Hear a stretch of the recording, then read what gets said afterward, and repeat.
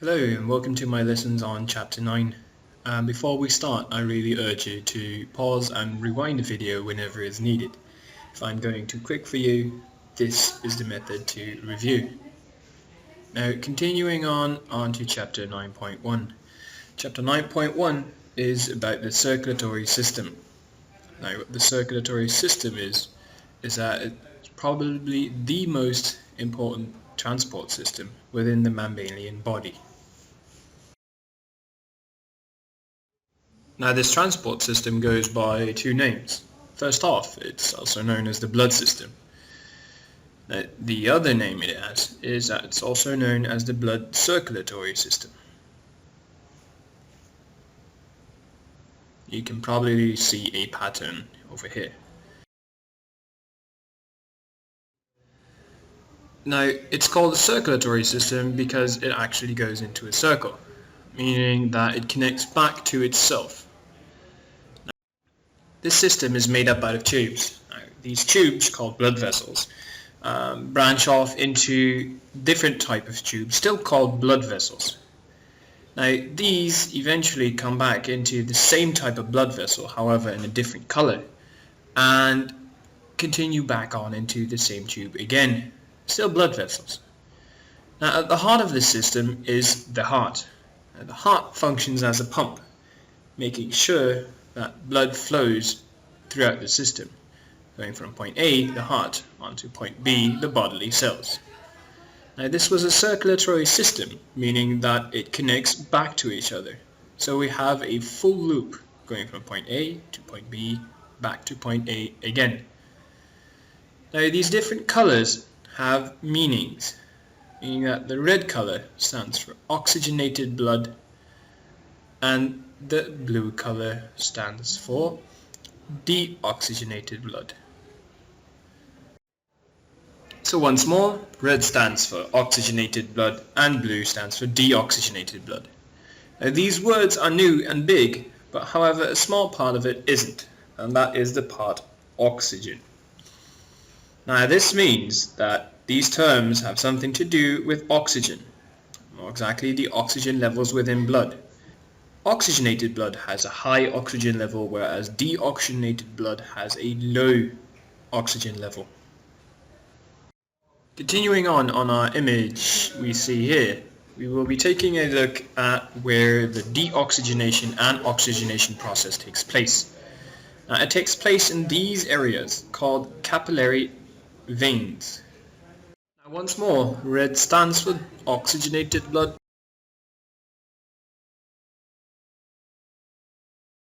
whereas a different color, blue, stands for deoxygenated blood.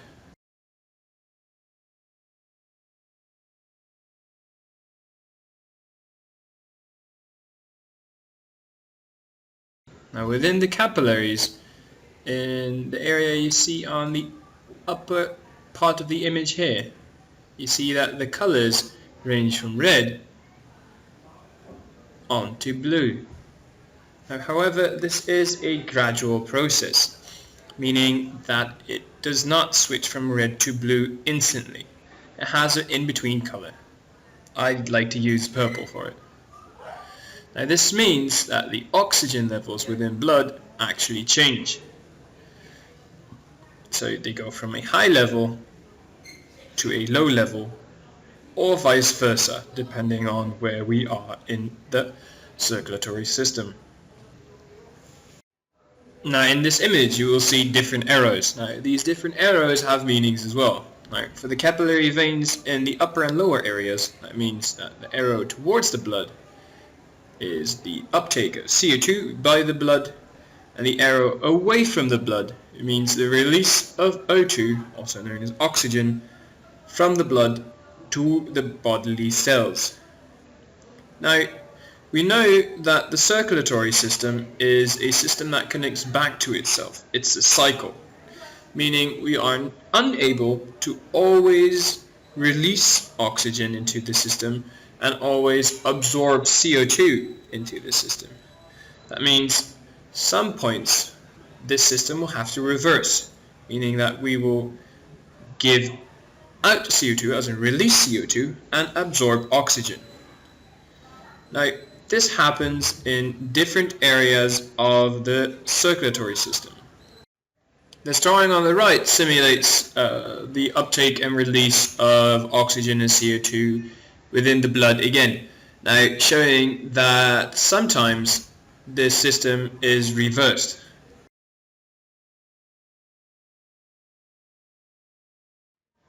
The place where this reverts are the lungs. Now, within the lungs, we breathe out CO2, so the blood gives out CO2. Now, we breathe in oxygen, meaning we provide the blood with oxygen. This all happens within a very specific area of the lungs. Now, the area is connected to the capillary veins. If we zoom in, the image we will get is the following. Now, this is an image of an alveolus. Now, alveolus is singular. The plural is alveoli. Now, what this does is that it provides our blood from oxygen, but it also makes so that the CO2 can be released. Now, we do this via our respiratory system, meaning we breathe in air containing oxygen, and we breathe out breath, if everything's correct, containing CO2. Now, in the alveolus, that is, we breathe in air, so it enters our lungs via a duct, goes through that duct, enters the alveoli, reacts with the cells there, meaning that we will be able to take up the oxygen. Now, the same goes for the breath we breathe out. That means the air has been reacted with, turning it into breath, and releasing it via our lungs yet again.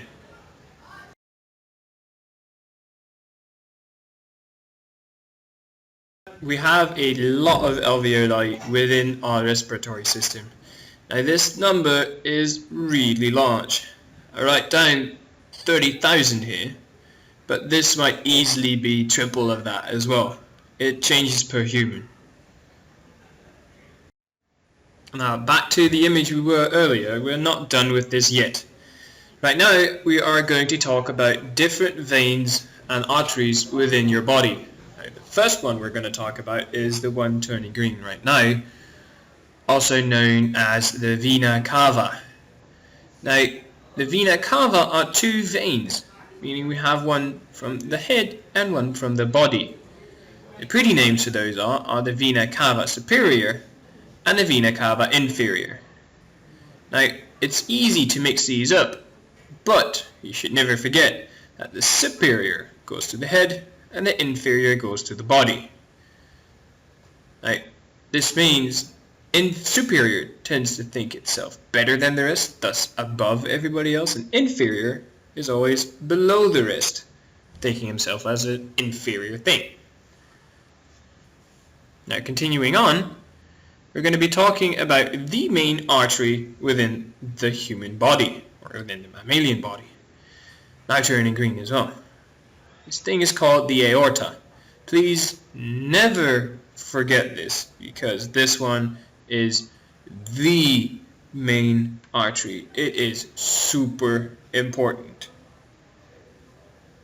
The next one we're going to be talking about is an exception to all arteries within the body. This one carries deoxygenated blood towards the lungs. It is known as the pulmonary artery.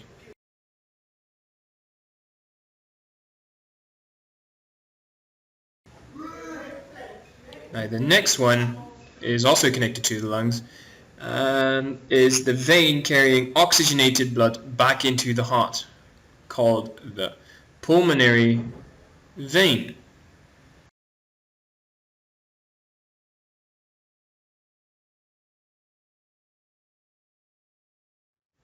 Now, if we pay close attention to this image, you'll see that there are words on this, meaning we have two different types of circulation, both seen on the left side and on the right side, meaning we have a pulmonary circulation and a systemic circulation.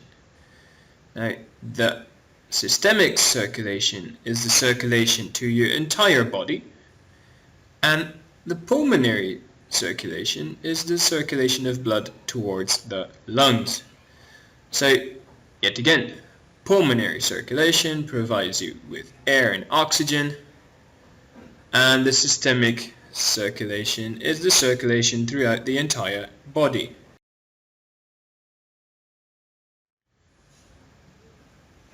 And one thing I did not tell you yet is something that is super important. Now, we in biology tend to mess with our pupils, meaning we'd like to tease them. Now, on this image, that means the left-hand side of this image and the right-hand side of this image are reversed. They are flipped around.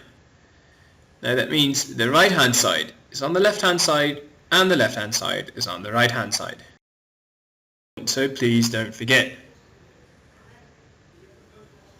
Now, continuing on, I would like to let you know that there are two different circulatory systems. Now, first off, we have a single circulatory system, meaning that at the heart of the system you have the heart again, but then you have your bodily cells and you only have one loop going from heart to body and from body to heart again. Now, there is also something called a double circulatory system. Now, this double circulatory system still has a heart at the heart of this system, but now it does not make one loop towards the bodily cells, but creates two loops towards the bodily cells. So it goes from the heart to the body, back into the heart again, then back to the body and back to the heart once more.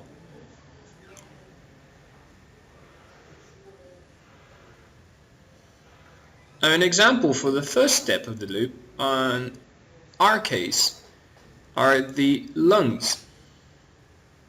Now, a double circulatory system can be seen in, for example, humans, which should be us, and a single circulatory system can be found in fish, also known as not us.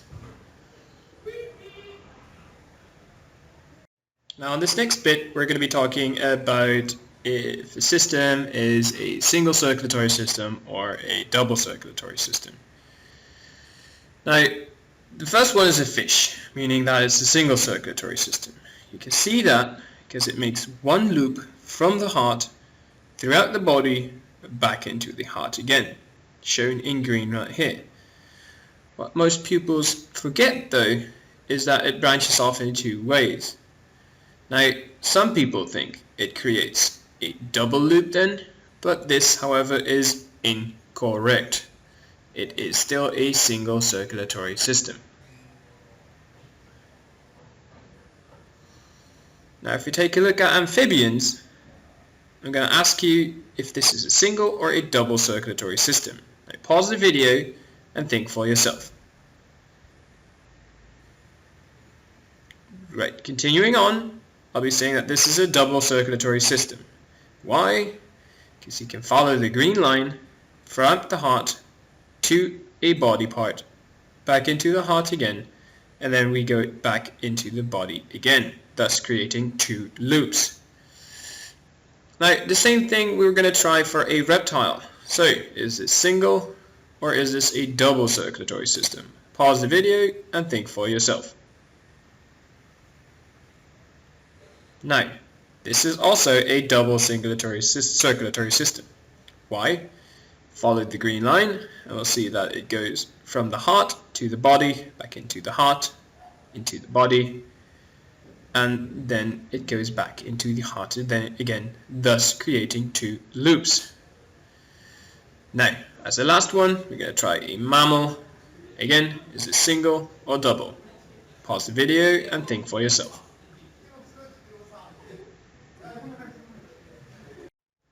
Now, by now you should not have this one wrong. This is a human, so you should know that this is how we function as well. So this is a double circulatory system.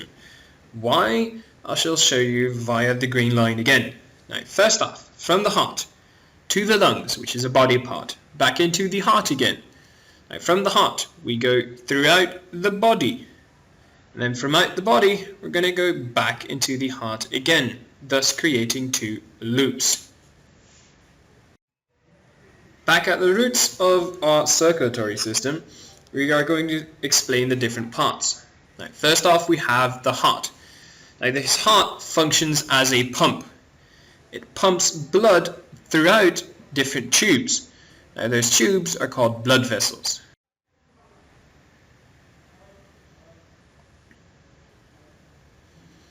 Now, it pushes the blood via a thing called pressure, meaning that it presses blood throughout our blood vessels. Now, those blood vessels branch off in different types of blood vessels, smaller blood vessels, and then connect with our bodily cells, and eventually connect back to the same type of blood vessels, but with less oxygen. Now, just like before, there is one big tube collecting it all. Now, these things have names. Blue stands for deoxygenated blood getting carried by veins. Red stands for oxygenated blood carried by arteries, and in between those are capillaries. Now, within these blood vessels, we have different levels of pressure. The ones carried directly from the heart have a high pressure. The capillaries decrease that pressure. Now, in veins, pressure is low. Now, this has to do with the fact that the blood goes from a small tube to multiple smaller tubes, thus creating a large surface area and then opening up into a much larger tube yet again. So it gets high pressure, loses pressure, and then keeps a low pressure. So there is a difference between the two circulatory systems. The double circulatory system has two loops connecting back to the heart, meaning it has an overall higher pressure,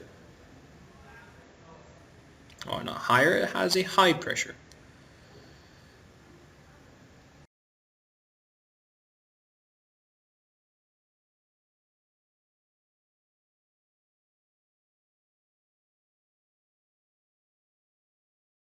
Now, the single circulatory system only has one loop, so it only connects to the heart once.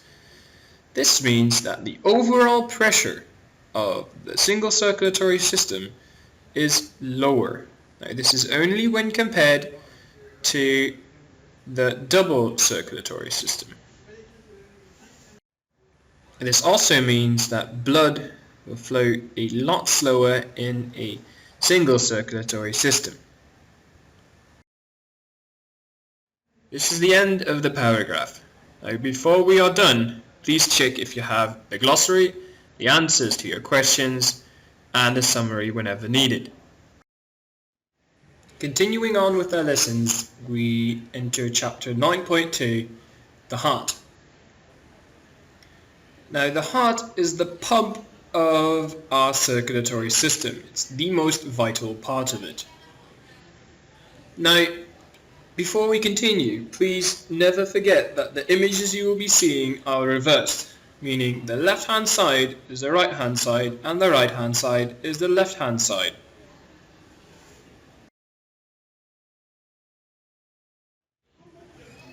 Now, this image is an image of the heart. It's not true to life, it's made a little bit easier. Now, again, left is right and right is left. Now, the heart consists of multiple parts. These parts are called the atria, which is plural for atrium, and ventricles, plural for ventricles. In the image, they are shown on the right and left hand side, and the right and left hand side yet again. Now, to know these places, I have a little trick. A, it comes before V in the alphabet, meaning that the atrium is above the ventricle. We both have sides, and we should write these down again as well. So we have the left hand side and the right hand side in our image as well. Now this isn't the only thing you need to know from the heart as well. Now, just as before, I'm going to make the parts we need to hear about green. In this case, they're called the vena cava. Now, we've heard about the vena cava before, meaning we have two different types of vena cava. We have the vena cava that comes from the head and one that comes from the body. Again, you have the superior and we have the inferior. Now, the superior is above everything and inferior is below everything. Easy way to remember these.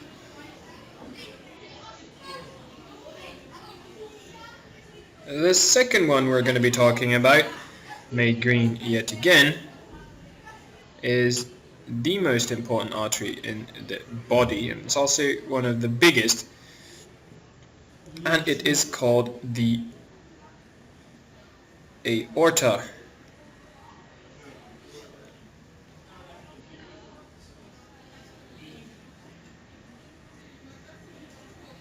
Now, the aorta takes its blood from the left ventricle.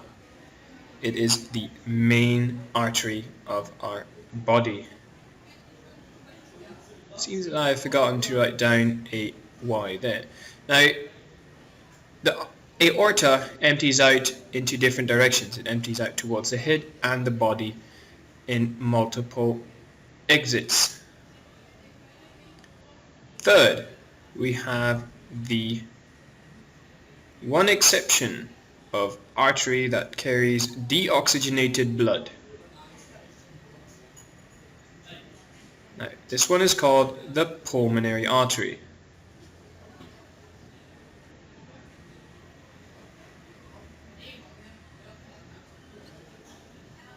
The pulmonary artery gets its blood from the right hand ventricle. It carries deoxygenated blood towards the lungs, so it has a chance of oxygenating it.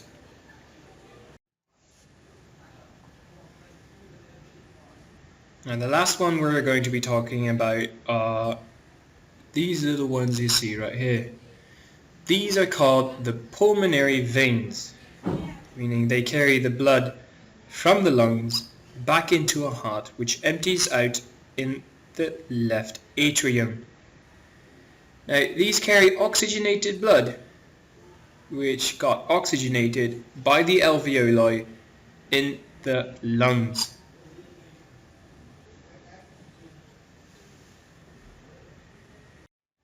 The route blood takes is from the vena cava into the right atrium, into the right ventricle, into the pulmonary artery, into the pulmonary capillaries. From the pulmonary capillaries, it goes into the pulmonary vein, into the left atrium, and from the left atrium it goes into the aorta.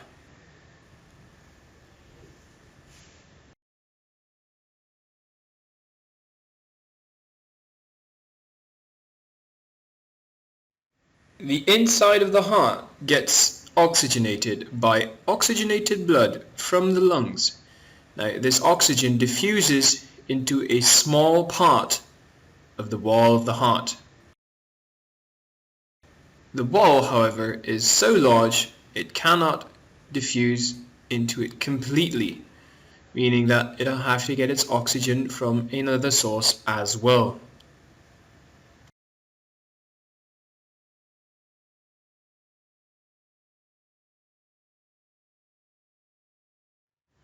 Now, if you take a look at this image might be one you'd see in the test as well. It's different from the other one as well. But in this one we can see more parts of the heart we need to know. One of them is the one-way valve. Now, this makes sure that the blood flows from the atrium into the ventricle and not the other way around again, meaning that the blood will be unable to go from the ventricle into the atrium. Now, another word for it is the atrioventricular valve. Now this is a big word, but we do need to remember it. Now, another one we have is found on the upper area right there.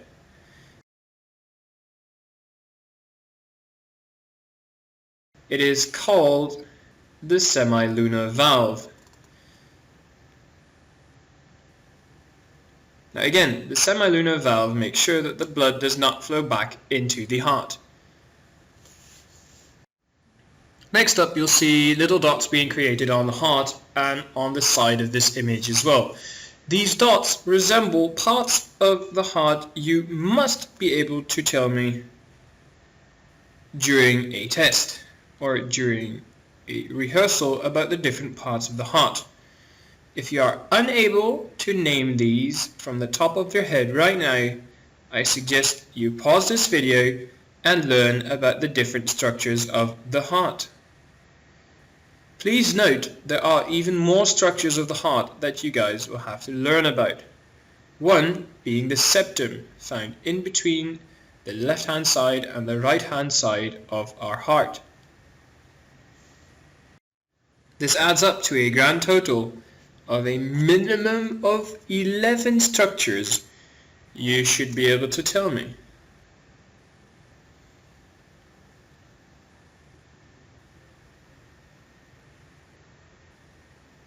Now, continuing on onto the next image, which is a biological drawing of the heart, I want to show you the coronary arteries. Now, the coronary arteries provide the outside of our heart with oxygen and blood.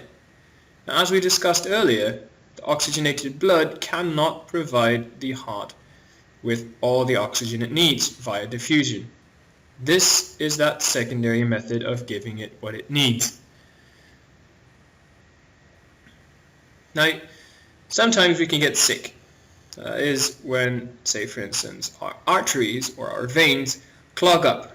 Now, they can clog up with all sorts of things, but we're going to use fat, for example, here. Now, fat deposits keep on growing within your arteries and or veins. Now, this isn't a problem in itself, but it might be in the future. Now, if one of those would pop or would create a blood clot, we would even be in bigger trouble. Now, that means that an artery will not be into big trouble, seeing that there is only a small deposit into it. But if that one dislodges and travels via the bloodstream, it will enter a smaller blood vessel and probably get stuck into it, thus creating a problem. No blood flow means big problems. Now, this disease is called CHD, also known as coronary heart disease. Now, coronary heart disease means it has something to do with the coronary. Now, it could block off a coronary within our heart. Now, if that happens, we are going to need a bypass, which means we connect a tube from the aorta to our coronary artery, thus circumventing the blockade and providing our heart with fresh blood and fresh oxygenated blood yet again.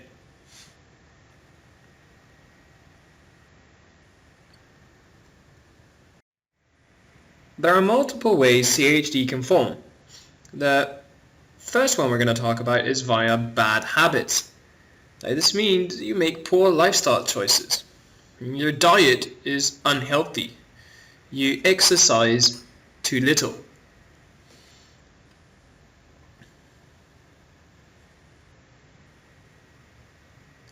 And you might even be very overweight or /obese. Second way is via genes, meaning that you have a genetic advantage to get CHD, or it's a disadvantage. Third one would be stress. You do not relax, and thus you have a higher chance of CHD. Now, the good news about this is that these tend to be lifestyle choices. So if you would stop eating hamburgers all the time, you probably have a lower chance of developing CHD. Now the same goes for your exercise. Move more means a lower chance of CHD. Stress less means a lower chance of CHD.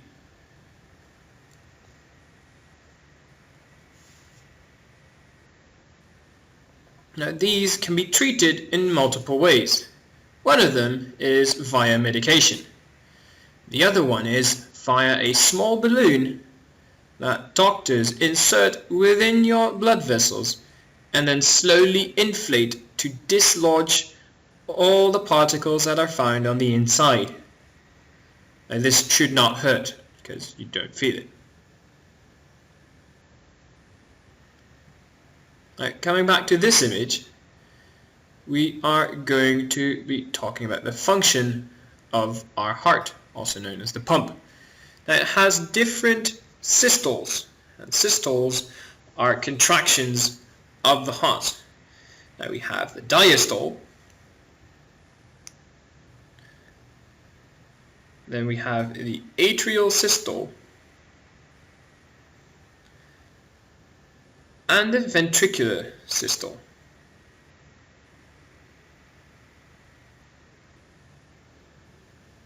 Now the names itself say what it means. Now, in the diastole, nothing contracts. It's the pause of the heart.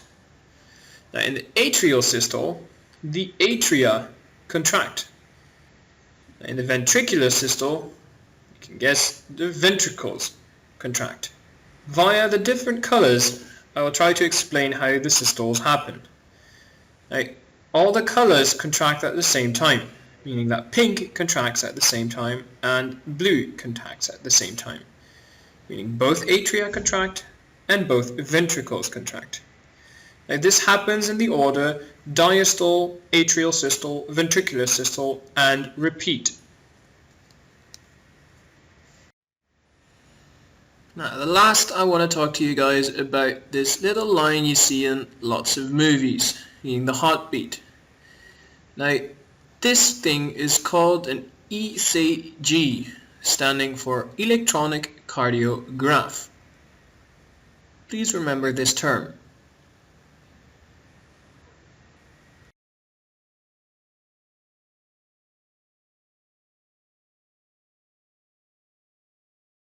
The end of the paragraph. Now, before we are done, please check if you have the glossary, the answers to your questions, and a summary whenever needed. Continuing on chapter 9.3, blood vessels. Now, we have in our body three types of blood vessels. We have arteries, mainly carrying oxygenated blood in red. In blue, we have veins, mainly carrying deoxygenated blood. And in purple, we have capillaries, allowing the uptake and release of CO2 and oxygen. Now, within the system, it looks like this. Blood flows through an artery,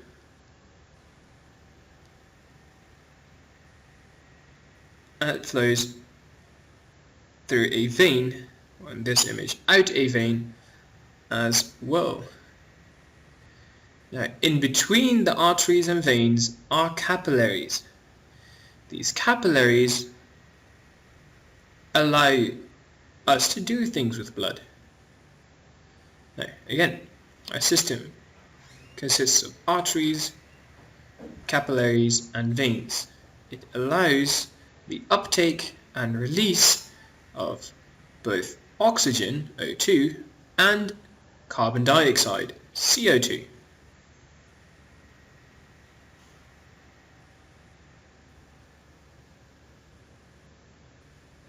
Now, this all happens in the capillaries. Without our capillaries, this entire process would not be possible.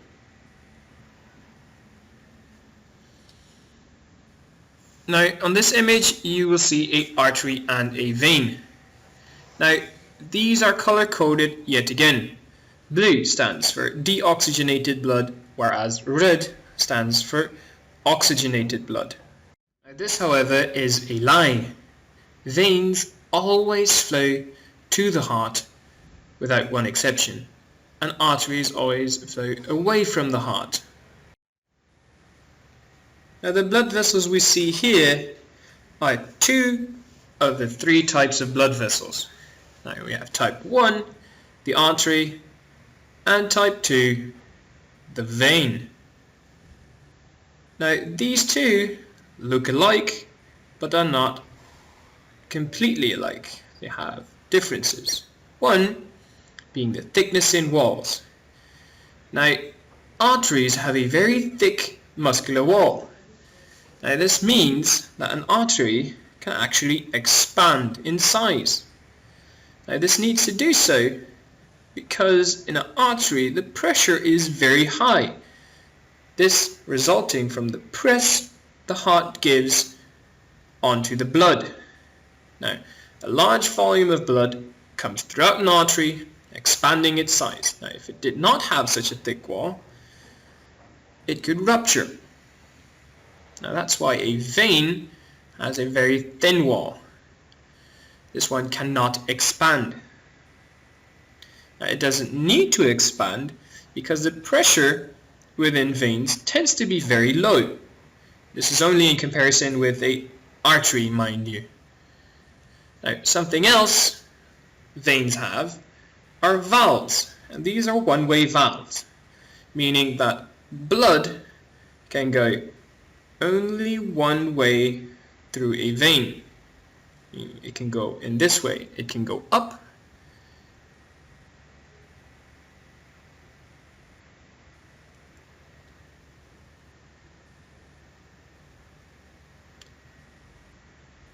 but the blood, however, cannot go down.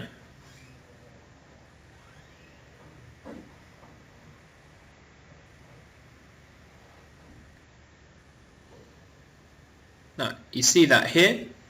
If you push from the lower side, the flaps open up. And if you would push from other sides, those flaps would close down on itself, not allowing blood to flow any further.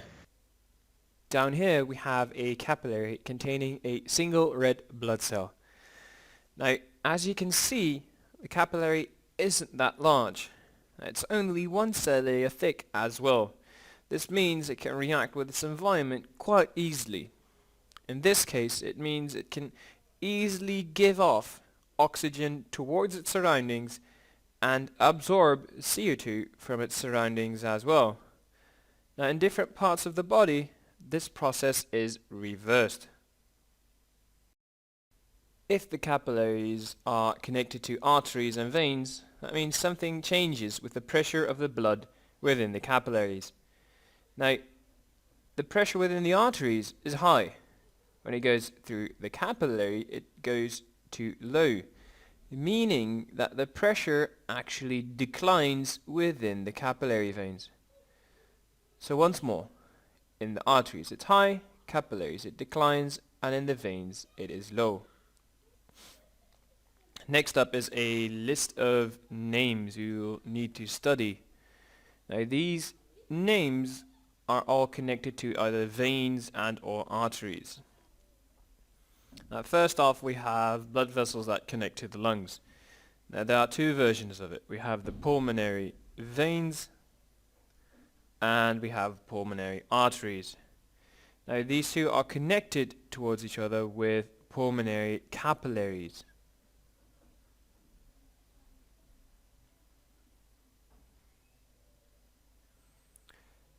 Next up, we have the blood vessels connecting to the kidney. Now, the Latin name for the kidney is the renal area. Now, again, those are called the renal vein, the renal artery, and the renal capillaries.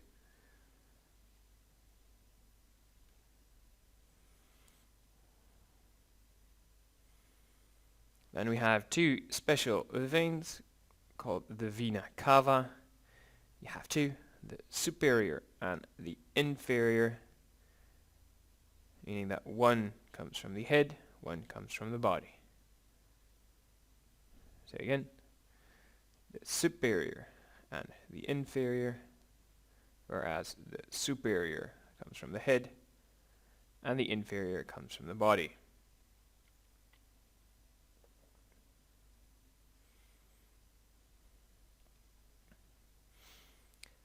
Next up, we have the hepatic portal vein, which is a very important vein. Now, it's important because it does not flow back to the heart.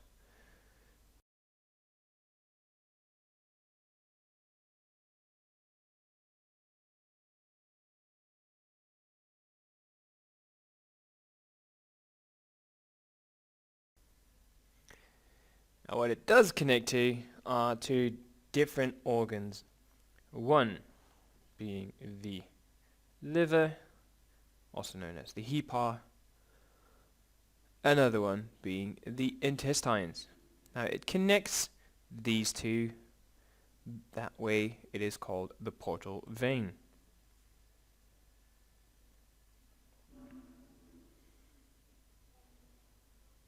Now once more, the liver in itself is called the HEPA, and it is connected to the heart with the hepatic vein and the hepatic artery. In between those are hepatic capillaries, of course. This is the end of the paragraph. Now, before we are done, please check if you have the glossary, the answers to your questions, and a summary whenever needed.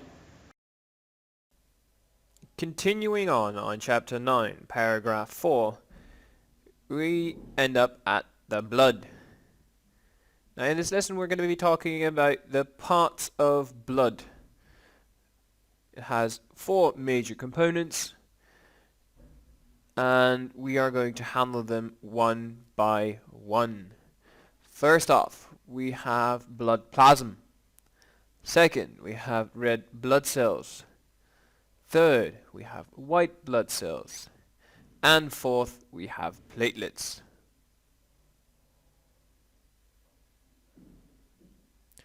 Now I'm going to be starting you guys off at red blood cells. Now red blood cells are made in bone marrow of very specific bones. They look like donuts or half concave discs. What's interesting about these is that they only have a lifespan of roughly 4 months. So every 4 months you get new blood. Your entire red blood cells have been recycled. Now they are red because of hemoglobin, which is within the cell itself. Now hemoglobin, as we know, is a protein.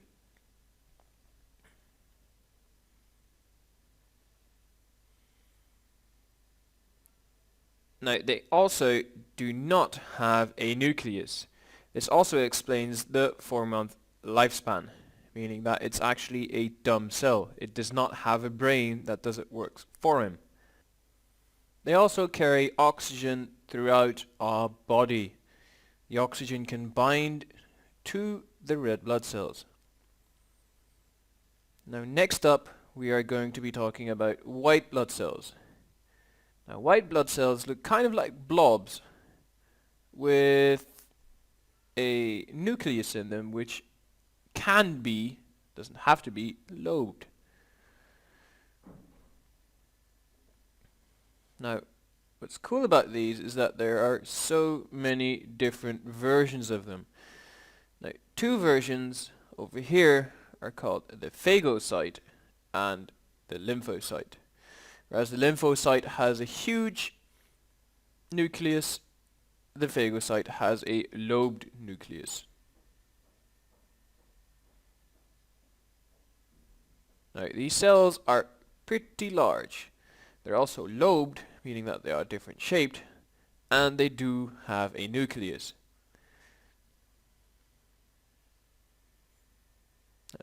These things can change shape. They don't have a particularly solid state, meaning they can be either round, square, triangular, or whatever they want.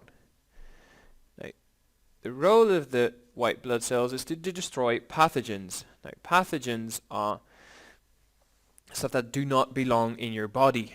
Now this has to do with the immune system. How it does that, I'll show you right now.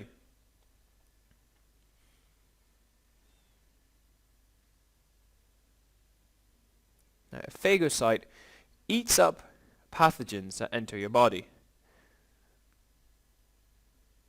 Over here we have a pathogen in red.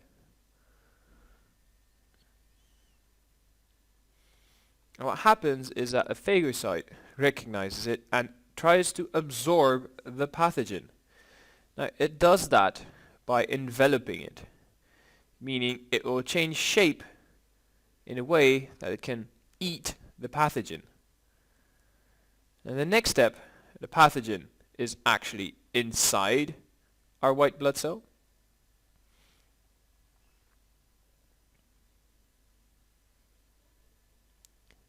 So right now it is inside there, it's been absorbed and it's been enveloped. Now what the pathogen does is that it starts secreting enzymes, and it starts secreting very specific enzymes trying to break down that pathogen.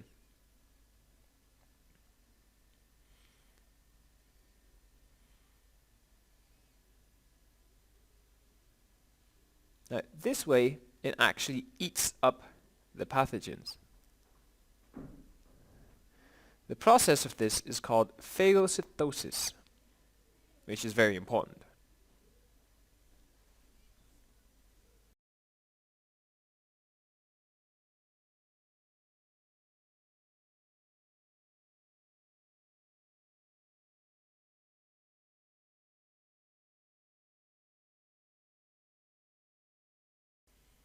And continuing on this, you should know that there are a lot more white blood cells. There are specific types of them.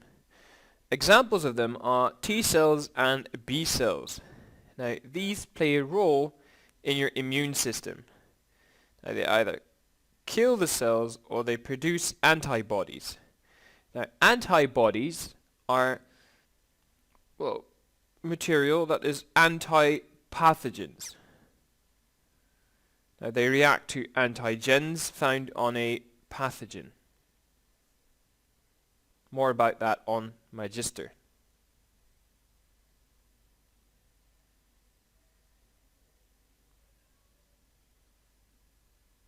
Right, next up, we're going to be talking about plasma. And the blood plasma is the liquid part of your blood.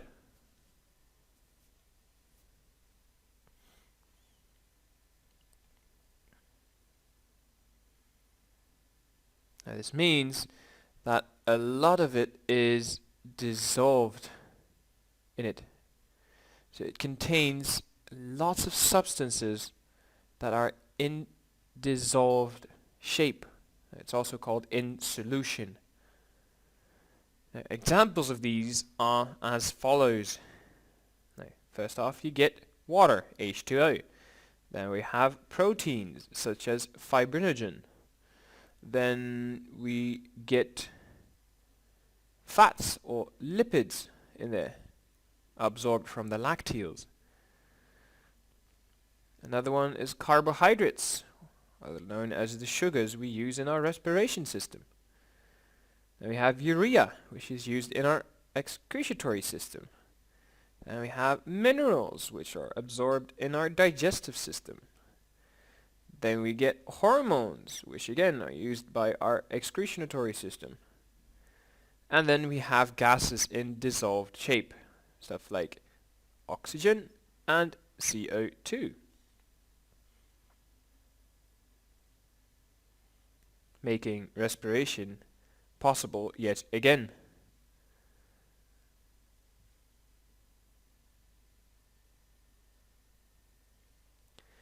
Now, all these parts are being transported via our blood plasma. So its main role is transportation. Now, next up, we're going to be talking about blood clotting.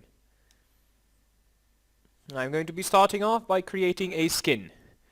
and I'm going to be creating a knife. Now that knife will slash through my skin, creating a wound. Now that wound has severed the skin, also called the epidermis,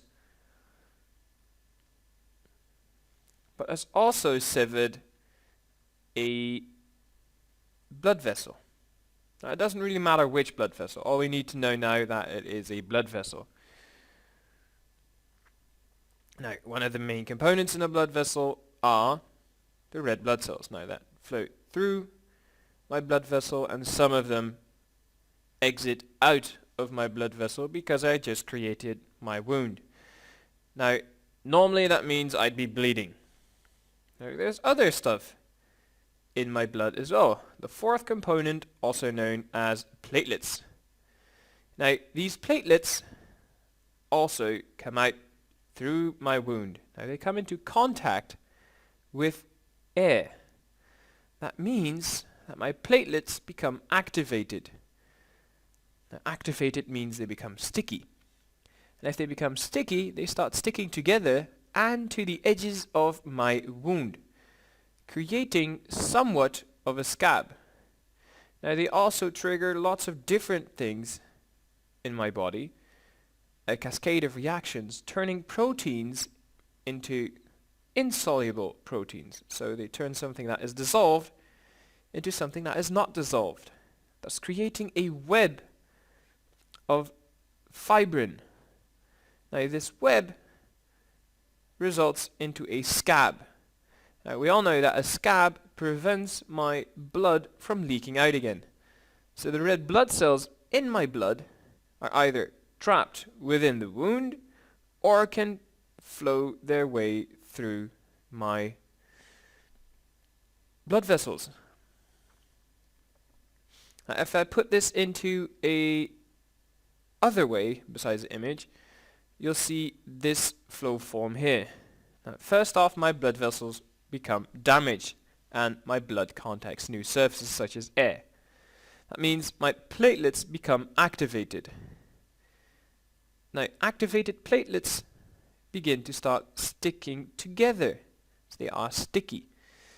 So they stick together to themselves and to my wound. Now, what else that happens is that the platelets trigger a cascade reaction of all sorts of chain reactions. Now, one of them is that prothrombin reacts to thrombin. Now, thrombin makes it so that fibrinogen, which is a soluble protein in my blood, turns into fibrin, which is an insoluble protein within my blood. Now those were those green lines you saw earlier. Now eventually these create a web together, and this will trap blood and the blood cells back in my body. Now, to trap those cells is a good thing, meaning that I will no longer leak blood. Now this means my blood clot is formed. Now again, your blood vessel is damaged. This can be a knife, this can be by pretty much anything. Now my platelets become activated and they trigger a chain reaction. Now they slowly become sticky. It's not an instant process, it takes some time. Now again, the chain reaction triggers prothrombin into thrombin.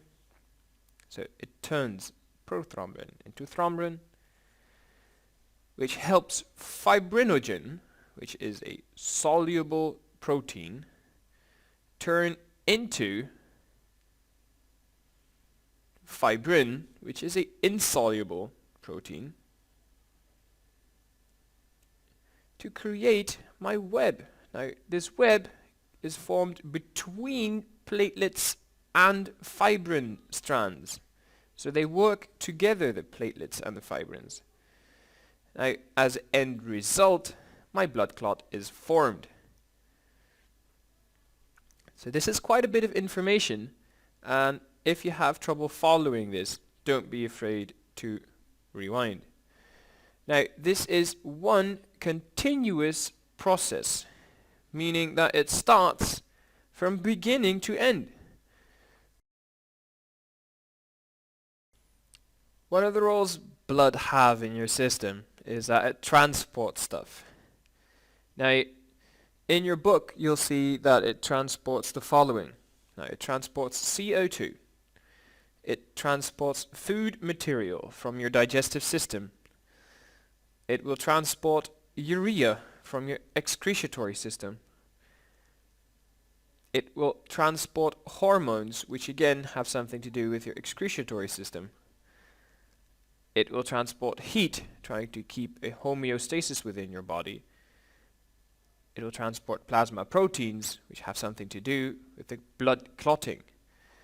So again, CO2 and O2 have to do with respiration, your food material with your digestive system, your urea with your excretory system, also part of the digestive system.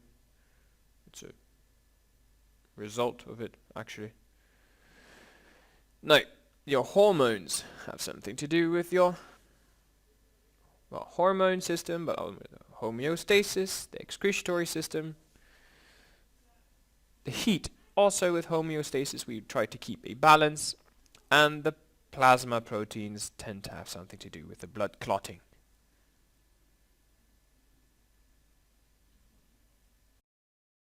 This is the end of the paragraph. Now, before we are done, please check if you have the glossary, the answers to your questions, and a summary whenever needed. Next up, chapter 9.5, lymph and the tissue fluid. Now, as we know from previous paragraph, that blood has 4 major components. If you take a look in a test tube, it has the 4 major components right here. First, we have a very large layer. Most of it is blood plasm. Then we have another layer, which are the blood cells we have in our body. We have another layer, which is another layer of blood cells. And then we have the smallest layer, which are called the platelets. Now, second layer, or the white blood cells. The third layer, were the red blood cells. And the fourth layer, the biggest layer, is the blood plasm.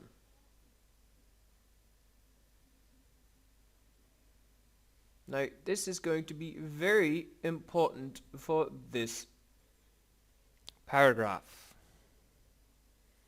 Now, if I am to create a capillary vein, you will see that the capillary vein has holes in it. This makes it so that it can react with its environment. Now, the red blood cells are too big, too thick. They can only fit per one in a single capillary. Now, they can flow forwards, but they cannot exit the capillary. Now, this is because, again, the red blood cell is just too big. Now, there are things that can exit the capillary. One of them being platelets, which is another component of blood. Now, these platelets are small enough to either flow through a capillary or to flow out of a capillary. Now, another one which can go out are the white blood cells. Now, as said before, these white blood cells are big, they are large, they are very big, they are bigger than red blood cells.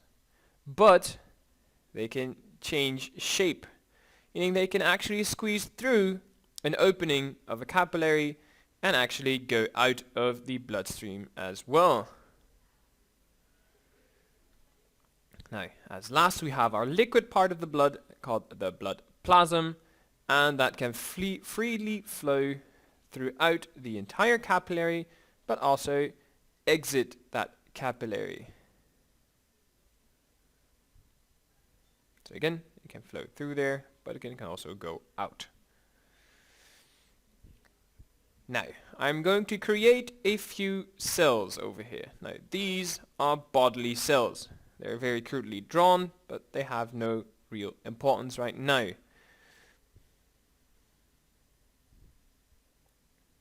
Again, these are bodily cells. And I'm going to let our blood plasm flow freely from the capillary to the body cells.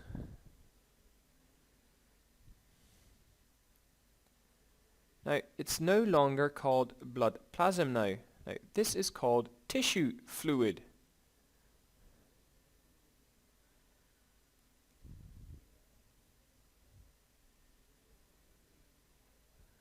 So if we write this down, you should see that blood plasma, or blood plasm, is exactly the same as tissue fluid. It's just in a different place. So same thing, different place.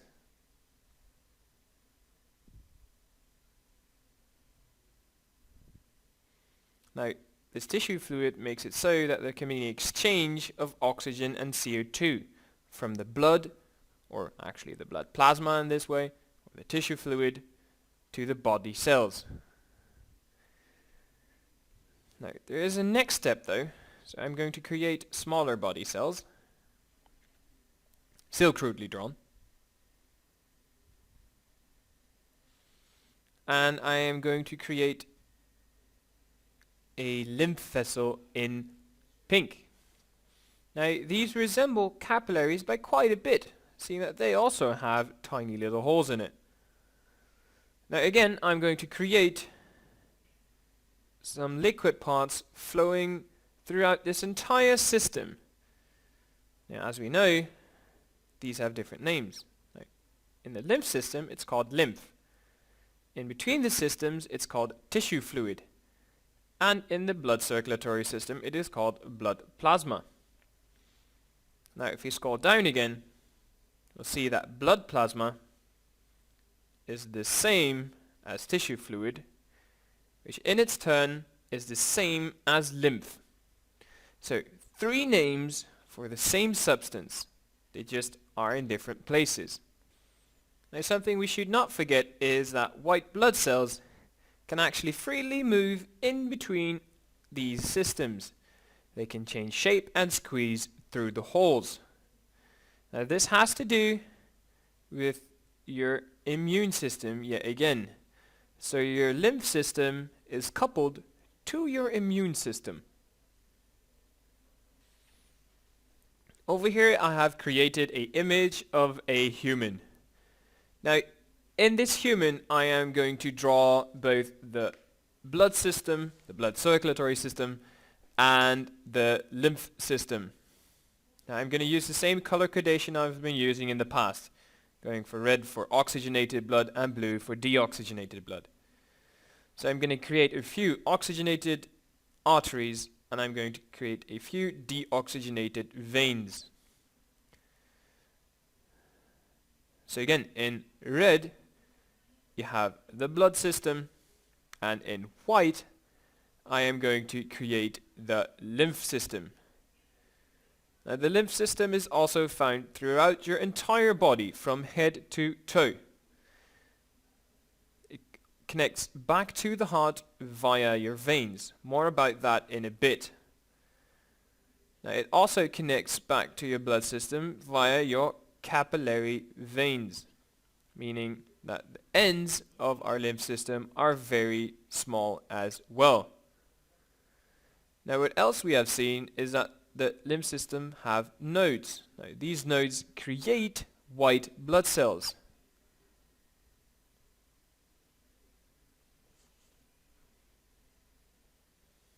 So yet again, the white blood cells over there are stored and created in these nodes. Now, this works over time when you are sick. This means when you are sick, these nodes are swollen. So that's why the doctor sometimes feels your neck and says, yes or no, you are very sick. Now the lymph system also connects back to your digestive system in this way, that the digestive system absorbs nutrients. This happens in the intestines.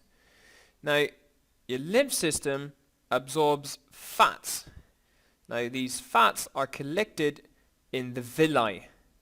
Now the villi have sub parts of it. Those are called the lacteals. Now those lacteals are in direct contact with the lymph system.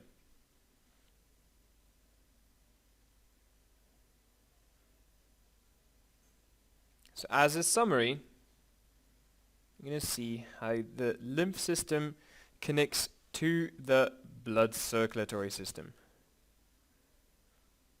Now again, it connects to the blood circulatory system via small capillary veins. Now that means that the ends of the lymph system are comparable to capillary veins. Now it also connects back at the subclavian veins. Now subclavian is a new word, and I'll try and show you what that means, what that is. Now these are the veins below the clavicles. Now below standing for sub. I'll scroll back up to my human and show you where the clavicles are. Your clavicles should be around here.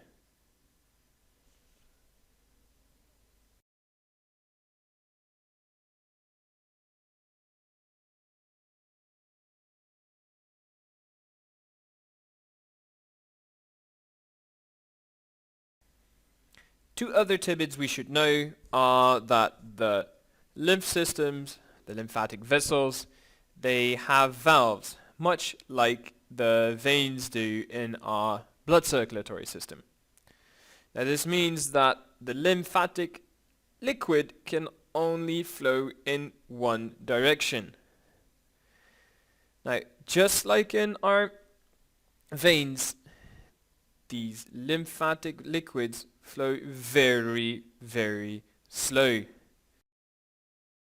This is the end of the paragraph. Now, before we are done, please check if you have the glossary, the answers to your questions, and a summary whenever needed. Finally, we are going to be talking about 9-point extra. Now, 9-point extra is extra information and is mainly going to be about the connections the different systems in our body have when compared to the blood circulatory system. Now, the systems we are going to be talking about are 1, the circulatory system, and how it is connected to the lymph system. Now, we just talked about that in the previous one as well, but we're going to be talking about the respiratory system and the digestive system.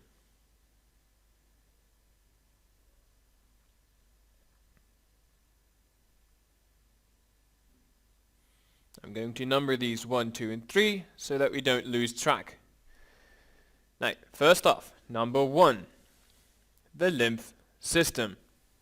So this might go quick because we already covered this. Now, first off, we have our blood vessels branching off into smaller blood vessels, reacting with our bodily cells in between them, losing oxygen and collecting back into blood vessels yet again. Now these are called veins, arteries, and capillaries.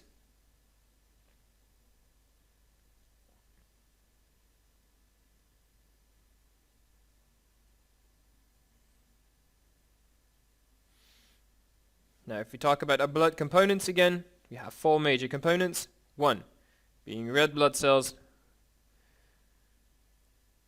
2 being white blood cells, 3 being platelets, and 4 being blood plasma.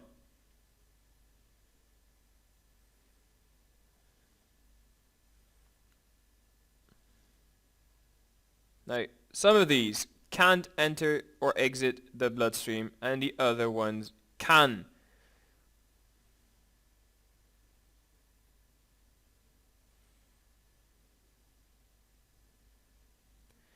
Now, if I create my bodily cells over here in green,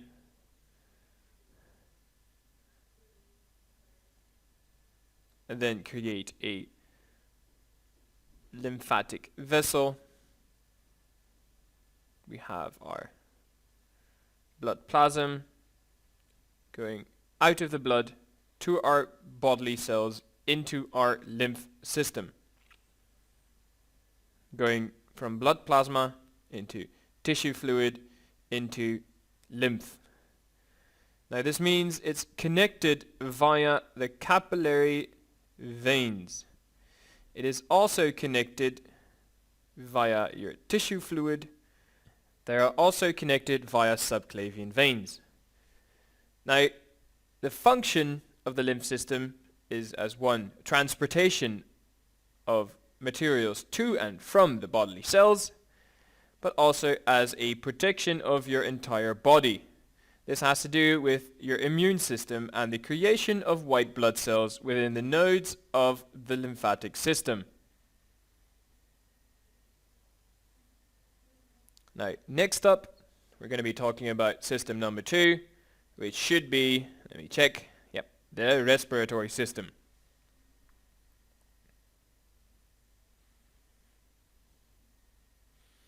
Now, I'm going to be creating a set of lungs over here in blue.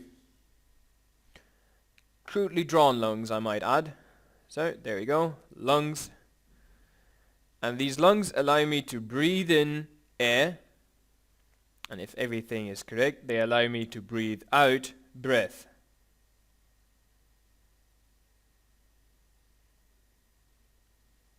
Now, air is rich in oxygen, so it has high oxygen levels, and breath has high CO2 levels, carbon dioxide.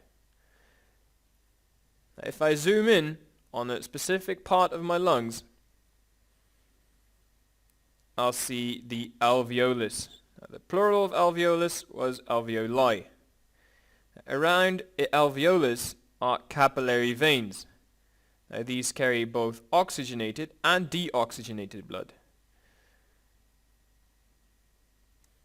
Like always, this is color coded the same way I've done before. Blue for deoxygenated blood and red for oxygenated blood.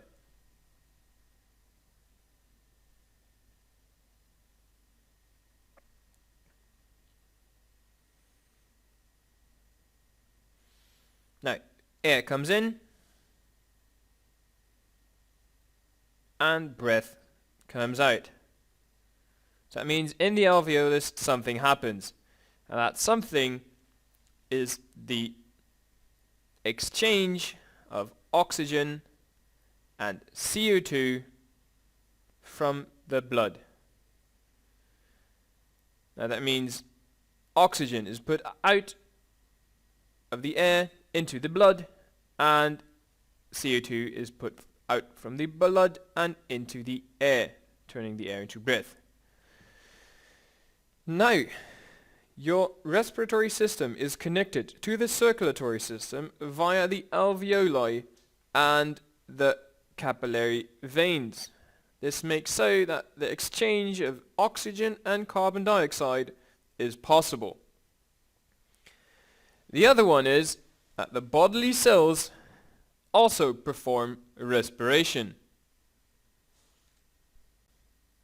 meaning they absorb oxygen and excrete carbon dioxide. This is called respiration. So it's part of that cycle as well.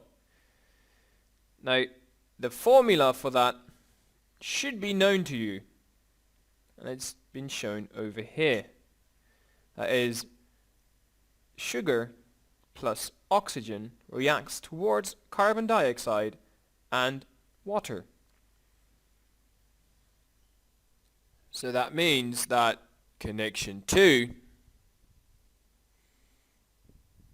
is found via the tissue fluid and the bodily cells.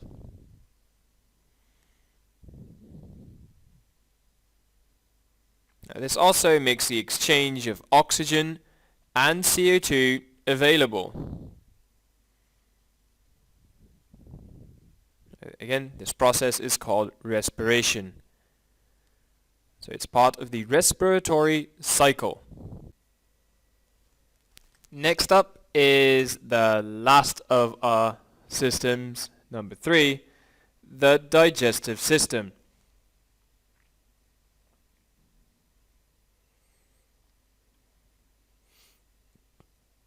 Now to illustrate, I'll be first creating a intestine in poop brown. And again, this is a very crudely drawn intestine. But around these intestines, you can find capillary veins, again carrying oxygenated and deoxygenated blood, as you can see in these different colors.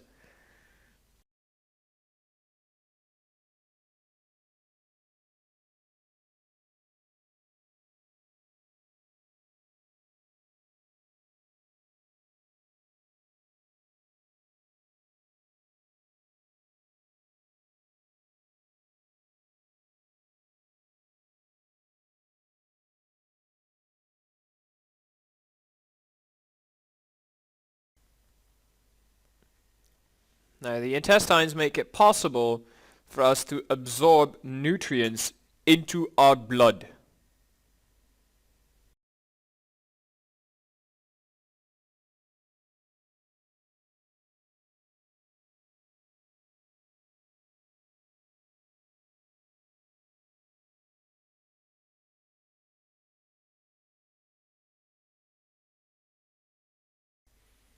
Now remember that the vein of the intestine is very important. It's a very special vein because it connects to the liver.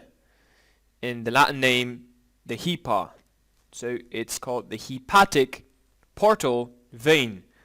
Portal because it connects to organs instead of the organ to the heart. Now this blood is then filtered.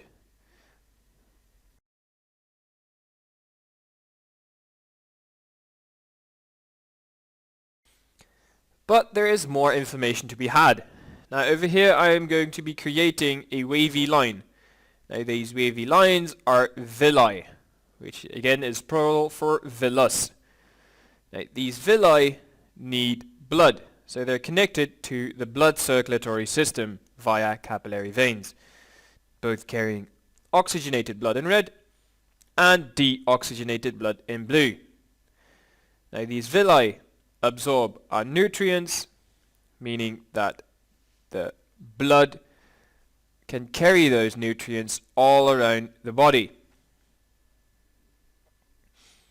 There is another one though, in white, that absorbs something else entirely. Now in white we have the lacteal. Now the lacteal absorbs fats or lipids.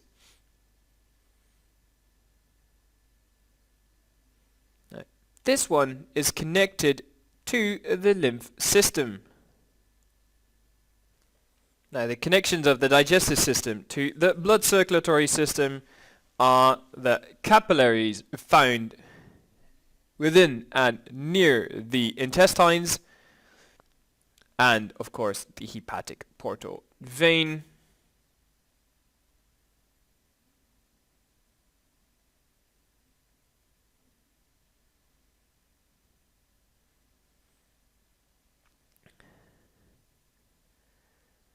But it also connects to the lymph system via the lacteals.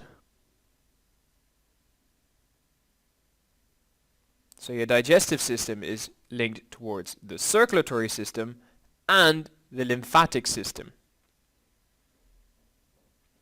Now if we zoom out, I'm going to make more connections available.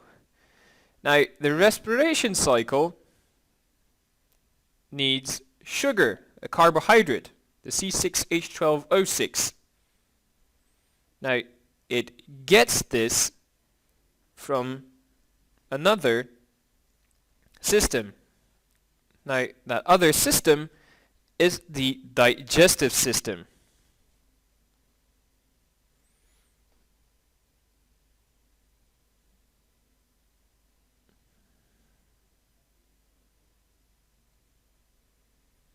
So one thing I want everybody to know is that this huge pile of information is all connected with each other.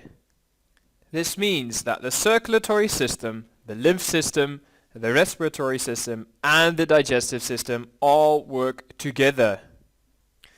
This is the end of chapter 9 and this video. Now as a check to see before we are truly done, you should have all the answers to all the questions in your book on chapter 9. You should have a summary about chapter 9, 9.1, 2, 3, 4, 5, and the extra information. If you have any further questions, don't be afraid to contact your teacher. Thank you for watching this video, and I hope it has been informative to you. Best of luck on your tests.